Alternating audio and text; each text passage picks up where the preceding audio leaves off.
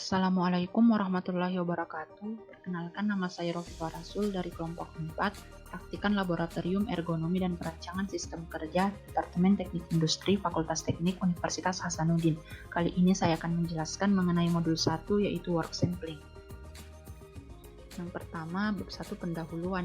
Latar belakang dari modul ini itu perkembangan dunia usaha itu semakin meningkat selaras dengan kondisi perekonomian, dan banyaknya saingan baru itu membuat kita semakin kompetitif untuk bisa bersaing dengan yang lainnya dan memberikan pelayanan yang terbaik kepada konsumen.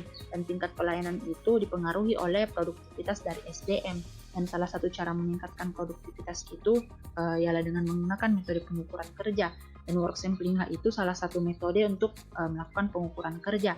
Dan dalam melakukan pengukuran kerja itu bisa diketahui waktu yang diperlukan untuk karyawan dalam melakukan kerjanya.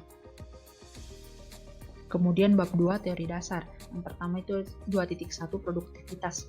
Definisi dan konsep produktivitas. Produktivitas itu sangat penting untuk meningkatkan kesejahteraan. Hal itu dikarenakan produktivitas ialah sumber untuk menghasilkan barang ataupun jasa, yang dimana secara umum itu produktivitas bisa diartikan sebagai hubungan keluaran atau output yang dihasilkan dengan masukan atau input ialah sumber yang digunakan selama produksi itu berlangsung. Dan faktor-faktor yang mempengaruhi produktivitas itu antara lain sikap mental, yang dimana itu seperti motivasi kerja, disiplin kerja, kemudian pendidikan dan keterampilan itu berbanding lurus. Apabila pendidikan dan keterampilan itu tinggi, maka produktivitas pada pekerja juga itu tinggi. Kemudian manajemen itu ialah sistem yang ditetapkan oleh pimpinan untuk mengelola bawahannya.